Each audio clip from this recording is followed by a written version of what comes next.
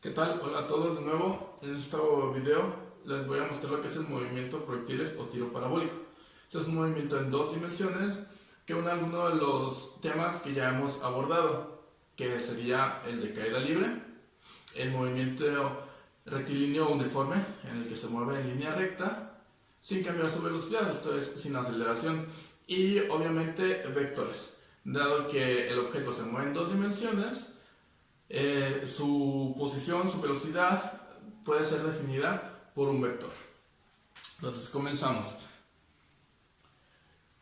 Para este tipo de movimiento, para el movimiento del proyectil, tenemos que hacer dos suposiciones. Estas dos suposiciones ya las conocíamos a partir del movimiento de caída libre. La primera es que la aceleración de caída libre es una constante en todo el intervalo, en todo el movimiento, y se dirige hacia abajo, que es la gravedad, como ya sabíamos. Y igual que en la caída libre, el efecto de la resistencia del aire es despreciable. Eso quiere decir que no lo vamos a tomar en cuenta, que no afecta a nuestro movimiento. Dadas estas suposiciones, podemos ver que la trayectoria de un proyectil es la de una parábola, de ahí el nombre. Y como se muestra en la figura 1, que sería esta. Entonces, en la figura 1 vemos que el objeto empieza a subir en el punto A. Si se fijan, este objeto sube con un ángulo θi. Este ángulo no está ni sobre el eje X ni sobre el eje Y. Por eso no es un movimiento uniformemente acelerado de una sola dimensión, ¿sí? Sino que es de dos dimensiones. Porque como se ve, BI es un vector. Aquí tenemos un vector con ángulo θi. Como nos acordamos, todo vector tiene dos componentes, una componente en X y una componente en Y, que es el caso de esta velocidad. Bien, veamos las particularidades de este movimiento. Si se fijan, la magnitud del vector empieza a cambiar. Conforme va subiendo, ¿qué pasa? Va disminuyendo. Y luego empieza a bajar y otra vez empieza a crecer. Esto es lo que pasa como en caída libre, en donde el objeto que se avienta hacia arriba empieza a disminuir su velocidad, dado que la aceleración es negativa. Llega a un punto máximo en donde su velocidad es cero, como en este caso, y de ahí, ¿qué empieza a pasar? Empieza a aumentar toda su velocidad, pero con signo contrario. Y pasa lo mismo aquí. Se fijan, el punto B y el punto D son el mismo, entonces la velocidad es la misma, pero en un diferente sentido. Bien, otra de las cosas que podemos ver en tanto a los componentes, la componente en Y es grande al principio y empieza a disminuir. Aquí es cero, como en caída libre. Y luego, esta componente es igual a esta componente, pero en dirección contraria. Esta componente es igual a esta componente, pero en dirección contraria, como en caída libre. ¿Qué está pasando? Para todos los puntos iguales, las velocidades son las mismas, pero con signo contrario. Eso es en Y. ¿Por qué en Y nada más? Porque la aceleración solo existe en Y, que es la gravedad. ¿Sí? Solo estamos afectándonos en el eje Y.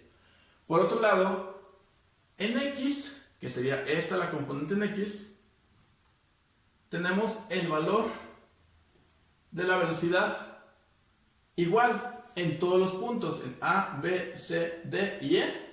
La velocidad en X no está cambiando. ¿A qué se debe esto?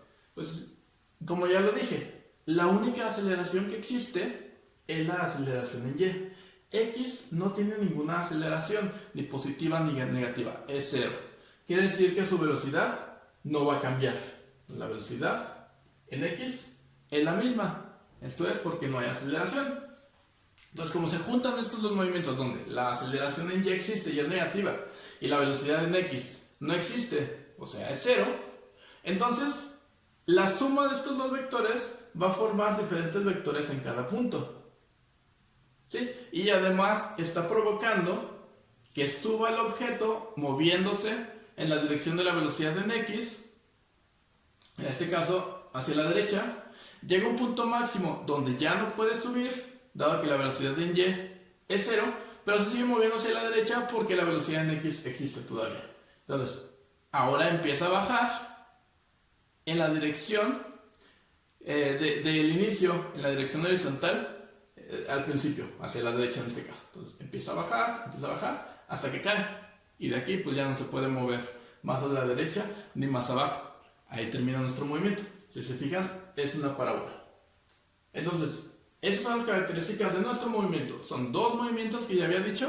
El movimiento de caída libre, en donde la gravedad está afectando a nuestro objeto de forma tal que no puede subir más allá de donde lo permita la velocidad en Y.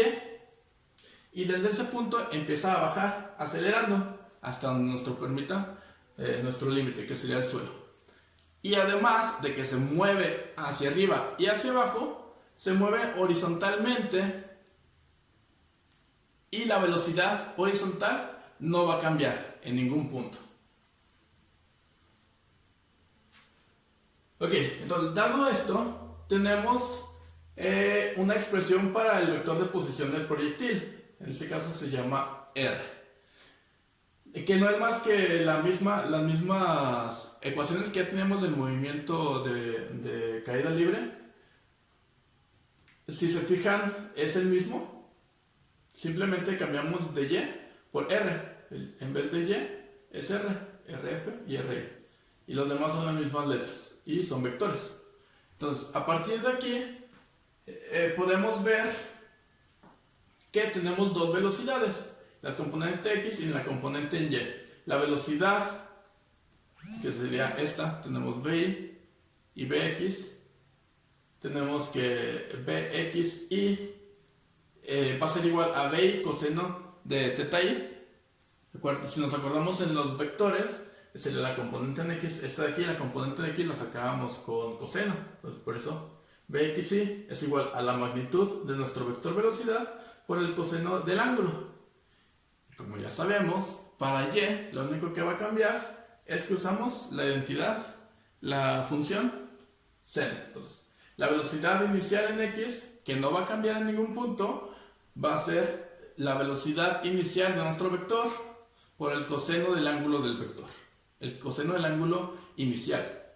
Y para la velocidad en Y, que esta sí cambia conforme se va moviendo, va a ser igual a la velocidad inicial del vector por el seno del mismo ángulo teta i. Estas dos fórmulas hay que ponerlas en el formulario. Se me olvidó ponerlas en azul. Bien, vamos a analizar dos conceptos importantes del movimiento proyectil, lo que es el alcance horizontal, que sería R, y la altura máxima, que sería H. Esta última parte lo que vamos a hacer es calcular o ver cuáles son las fórmulas, las ecuaciones para calcular estos dos términos importantes. Bien, como vemos, el objeto tiene una velocidad inicial VI dada en un ángulo teta i. Entonces, como ya dijimos, debido a la gravedad, el objeto no va a seguir esta línea, sino que empieza a cambiar su velocidad, lo que provoca un movimiento parabólico. Entonces, vemos que en el punto más alto, así como en caída libre, la velocidad en este punto es 0, en Y, claro. Recuerden, en Y está cambiando, en X no cambia. Entonces, para este punto, la velocidad es 0. Eso es muy importante para poder determinar cuáles son las fórmulas para determinar H y R. Además vemos que en H es la mitad del recorrido. Por tanto, en H el recorrido es de R medios. Sería R medios. En este punto, en el punto A, las coordenadas son R medios, H. Bien, como ya se había dicho, se puede determinar H al notar que en el máximo la velocidad, en este caso VA es igual a 0, es el punto más alto. Debido a esto se puede determinar el tiempo TA. El tiempo TA es el tiempo en el punto A, en este punto. El tiempo aquí. Entonces, podemos determinar el tiempo TA usando la ecuación, una de las ecuaciones de caída libre. En este caso, VYF igual a VYI más AY por T. Si se fijan, la única incógnita que tendríamos sería T, debido a que VYF sería esta, igual a 0. VYI la conoceríamos, está marcada en rojo en la figura. La aceleración a Y es obvio que la conocemos porque es la aceleración y el tiempo lo que queremos determinar. Entonces, en que el proyectil alcanza el pico. Entonces, en TA alcanza el pico, el punto más alto. Sustituyendo los valores, ya dijimos que VYF es 0, aquí está. La velocidad inicial en Y está dada por la fórmula que ya habíamos visto anteriormente, que es VI seno de teta I, y de las que vimos al principio. Menos G, debido a que AY es menos G, por TA, despejamos un despeje sencillo. Pasamos este término como una restando, y luego pasamos G negativo dividiendo. Como este es negativo y este también es negativo, entonces se eliminan y el tiempo es positivo. Entonces ya vemos que TA es igual a VI seno teta I sobre G. Entonces ya tenemos el tiempo en el punto máximo. ¿Ahora qué? Vamos a sustituir este tiempo en otra de las ecuaciones de caída libre. En este caso, en la ecuación YF igual a Y más VYT menos un medio de la gravedad por el tiempo al cuadrado. Estas son las fórmulas que ya tenemos. Y vemos, igual, ¿qué queremos determinar? Aquí lo que queremos determinar es YF, que es el alcance, la altura máxima, perdón. Entonces, tenemos Y, la conocemos, claro que la conocemos porque es 0. VY ya la determinamos, ya sabíamos cuál es, que es la del seno. T lo acabamos de determinar y todo lo demás pues ya lo conocemos. Entonces vamos a sustituir YF es igual a YA con H. Esto quiere decir que ya es igual a H. Se obtiene una expresión para H en términos de la magnitud y dirección del vector inicial. Entonces lo que queremos encontrar es H con datos que podemos conocer. En este caso, que sería nada más el vector de la velocidad inicial. Lo único que necesitamos es ver cuál es la velocidad inicial del objeto lanzado en proyectil para ver cuál es su alcance máximo. No necesitamos ni tiempo, ni cuál es la altura a la que va a llegar, ni ningún otro dato. Simplemente la velocidad. Entonces, igual, sustituimos. YF es igual a H. Y es igual a 0. Empezamos desde el punto más bajo. La velocidad inicial ya las habíamos sacado de las fórmulas anteriores, que sería VI seno de teta I. Y luego TA, en este caso T, es lo que determinamos aquí atrás. TA, VI seno de teta I sobre G. Entonces, esta T está aquí, es este. Es el TA. Menos un medio de la gravedad por el tiempo al cuadrado. Este tiempo es el mismo que este tiempo. VI seno de teta I, G al cuadrado. Y por este cuadrado.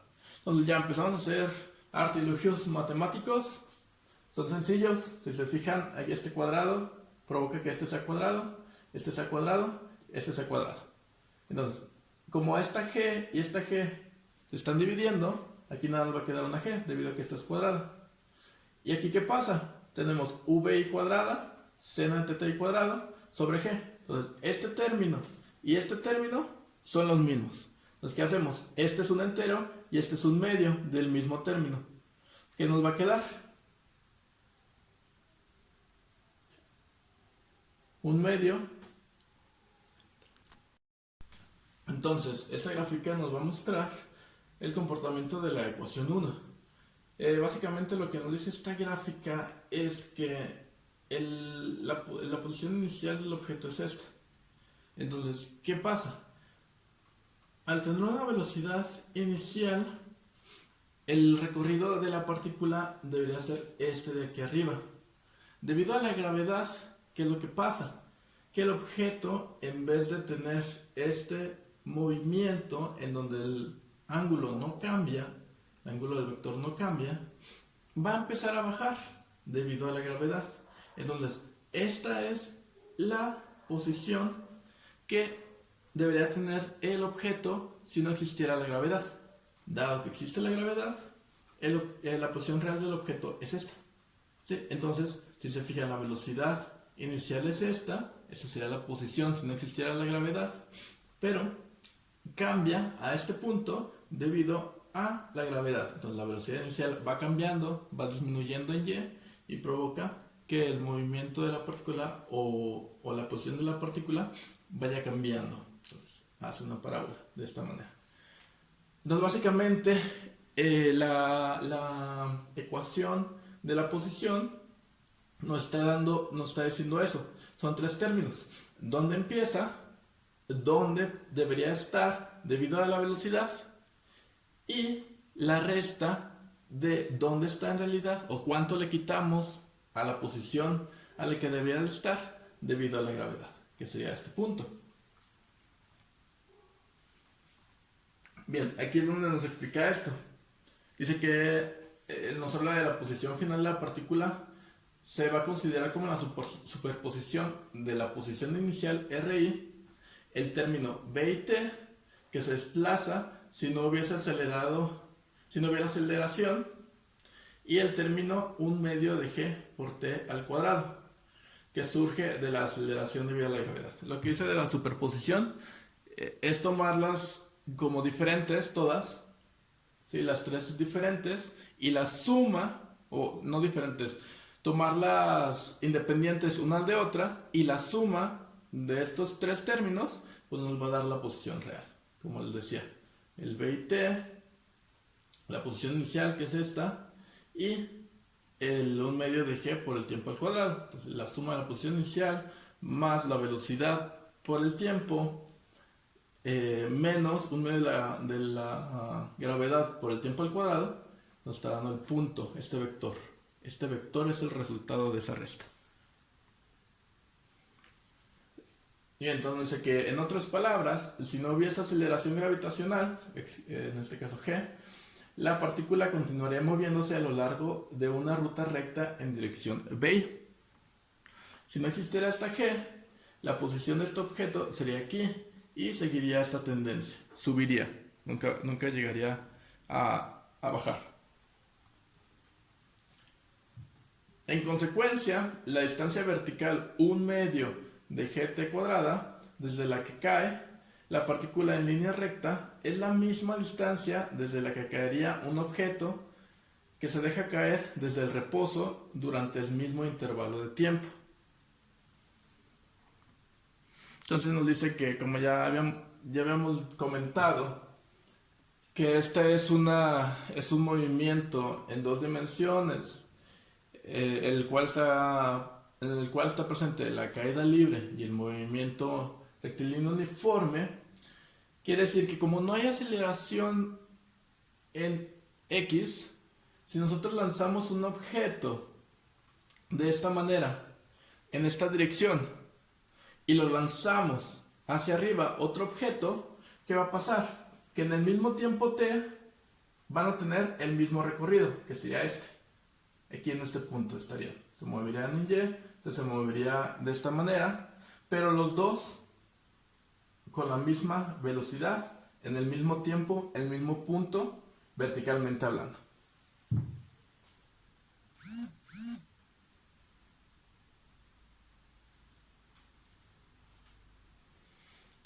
Entonces, debido a esto, podemos decir, o se puede ver, que en el movimiento de dos dimensiones con la aceleración constante se puede analizar como una combinación de dos movimientos independientes, lo que he estado diciendo, en direcciones X y Y. Podemos tomar el movimiento en X y el movimiento en Y independientes uno de otro, con cada uno con su aceleración a X y a Y. Ya habíamos comentado que como el movimiento, como no hay una aceleración presente en el movimiento horizontal, entonces AX es 0 para ese movimiento rectilíneo uniforme. Y en Y, la aceleración que existe es la de la gravedad. Por tanto, nuestra AY va a ser igual a menos G. ¿Qué quiere decir esto? En otras palabras, es que el análisis del movimiento en proyectil no es más que el análisis por separado del movimiento rectilíneo uniforme y la caída libre. Entonces, las fórmulas que vamos a usar van a ser las que ya tienen anteriormente, de el movimiento rectilíneo uniforme y el de caída libre, además de agregar los que ya se había dicho, que serían estas dos, para tener presentes cuál es la velocidad inicial en X y cuál es la velocidad inicial en Y.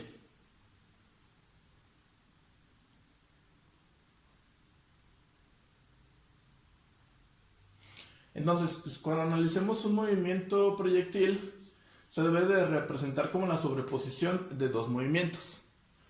El movimiento de la partícula bajo aceleración constante en dirección horizontal, en este caso, pero bajo velocidad constante. Recuerden, velocidad constante quiere decir que no hay aceleración. Aceleración a x igual a 0. Y el movimiento de una partícula bajo aceleración constante, caída libre en dirección vertical. Entonces, horizontal, movimiento rectilíneo uniforme, vertical, caída libre. Y las componentes horizontal y vertical del movimiento de un proyectil son completamente independientes una de otra y se manejan por separado, con el tiempo t como la variable común para ambas componentes. Entonces, aunque tengamos los dos movimientos independientes uno de otro, el tiempo pasa igual para ambos movimientos. Si se va a mover horizontalmente la partícula 5 segundos, quiere decir que la misma partícula ya se movió 5 segundos verticalmente. Entonces, el tiempo se comparte, todo lo demás no es compartido. ¿Qué nos va a quedar? Nos va a quedar como vi cuadrada seno de teta cuadrada sobre 2g. Nos queda la mitad, ¿sí? Porque esto no es entero, este es un medio, lo restamos y nos va a quedar la mitad de este término. ¿Está? Por eso está dividido entre 2. Entonces ya determinamos h. Esta es otra fórmula importante que deben de poner en su formulario. Ahora hay que determinar r. Vemos que en el alcance r el tiempo que es el doble, cuando ya se recorrió todo r, ¿qué pasa? Dijimos que este era tiempo a, este es ta, y dijimos que era la mitad del recorrido, r medios. Entonces cuando se recorre todo, ¿qué tiempo recorremos? En b, 2 veces ta, ¿sí? Aquí recorremos ta y aquí otra vez ta. Entonces, todo nuestro recorrido es 2 veces ta.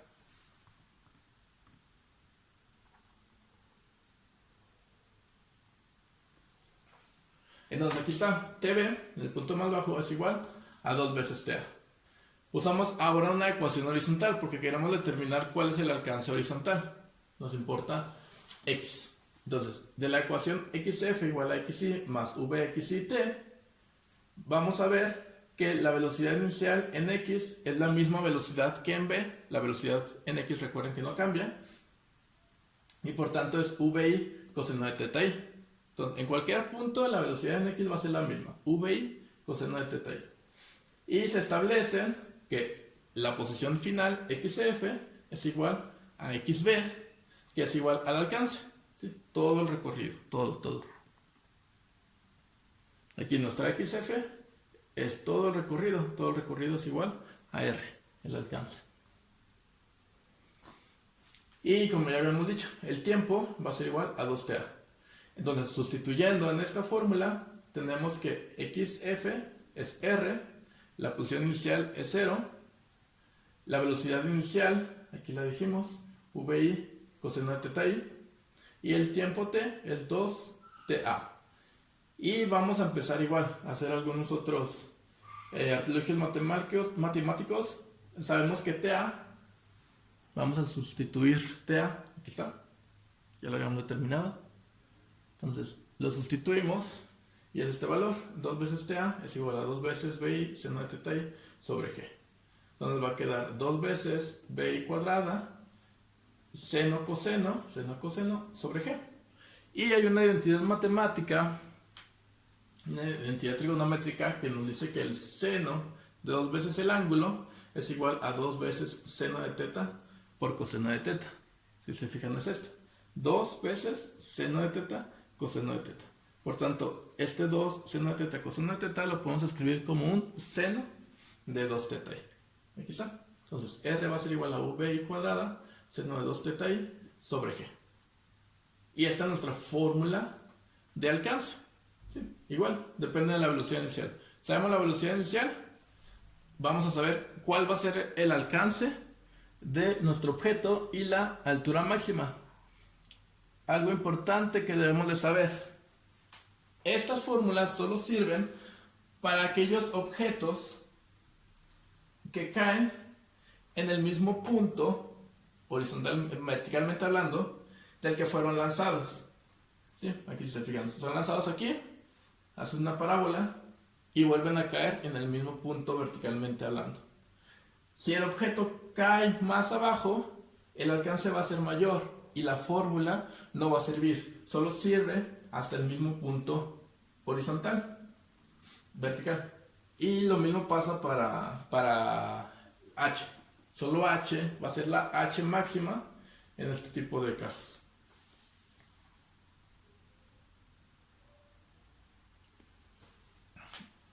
Y cosas importantes del alcance, otras cosas. El máximo valor de R a partir de la ecuación pasada va a ser este, en el punto en el que el seno de teta sea 1. Recuerden que el seno y coseno, sus máximos valores es 1. Entonces, el máximo valor que puede alcanzar el seno es el 1. Si vale 1, quiere decir que R es BI cuadrada sobre G. Entonces, este es nuestro máximo alcance. Y dice que ya este resultado tiene sentido porque el valor máximo de seno de 2 teta i es 1. Como les decía, el máximo valor del seno es 1.